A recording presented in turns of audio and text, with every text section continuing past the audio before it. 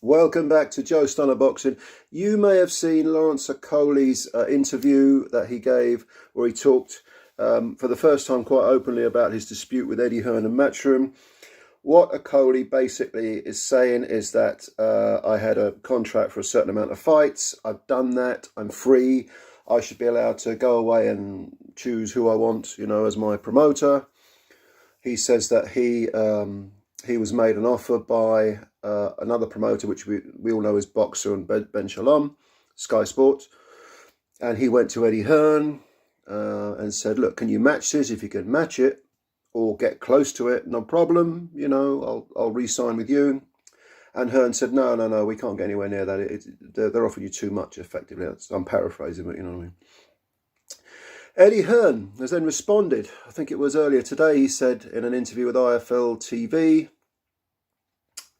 he reinforced what Lawrence had said about being offered a chance to match Boxer's offer or get close to it, and he said he felt that the offer was way above Lawrence's commercial value. But here's the bone of contention. Eddie says, no. Lawrence Okolie does have one more fight left on his contract. How is this so? Because he fought on an undercard of AJ's, and it was a tick-over fight. Lawrence was due to fight someone else for a certain amount of money. That fell through with less than a week to go. So they brought in a replacement, which was not the same amount of money. It was not, in other words, it was not the amount of money that was contracted on the original contract. So they had this was a separate fight with a separate one-off fight contract just to give Lawrence an opportunity to fight and to keep busy. Hence the reason that Hearn and Matchroom say this is not part of the original deal. It was, if you like, a side deal, just a one-off. Okay, you want to fight? Well, we can't bring in a proper opponent and pay you that amount of money that we originally said because we can't find that level of opponent, so we'll bring in a guy who's a sort of C+ fighter just to keep you busy, just to keep you ticking over, but it's got to be separate to the contract and separate to the original contract. And Eddie says that all of the conditions were agreed with by Lawrence's management team at the time, which I suppose would be 258 management, which he's also left. He's leaving Matchroom, and he's left 258, if I understand this correctly. Now, who's right and who's in the wrong? Well, to be honest with you, there is no direct answer, because you've got to talk about it legally. Who is Lawrence Okolie still contracted to Matchroom? He says no. Eddie says yes. So who's right and who's wrong? Well, that's something for the court to find out. Now, I and anyone else who's running a boxing YouTube channel can sit here and tell you that I think Matchroom have brought along Okolie very well. I think they have.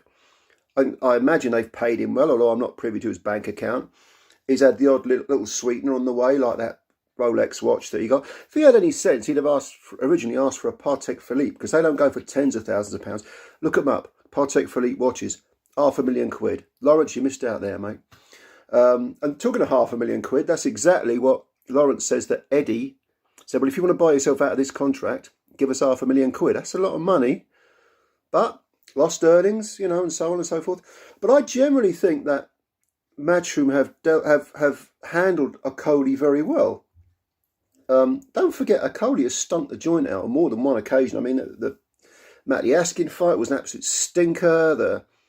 The Isaac Chamberlain fight was atrociously boring, and yeah, they've stuck with Lawrence, and they've invested money into his future, and they got him a world title, and now he's got a bit of sway on the world level.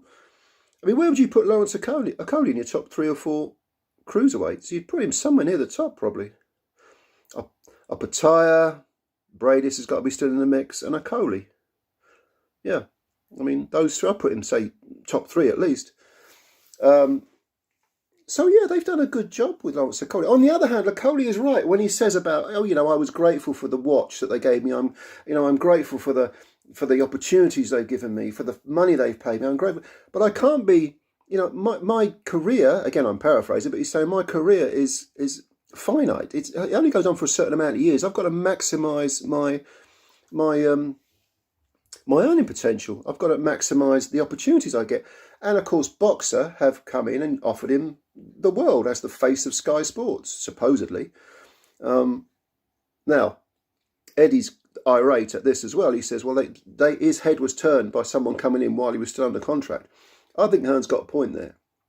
But on the other hand, I do agree with Lawrence when he says, well, I have to go where the money is, because, you know, there's an old saying that the athletes die two deaths.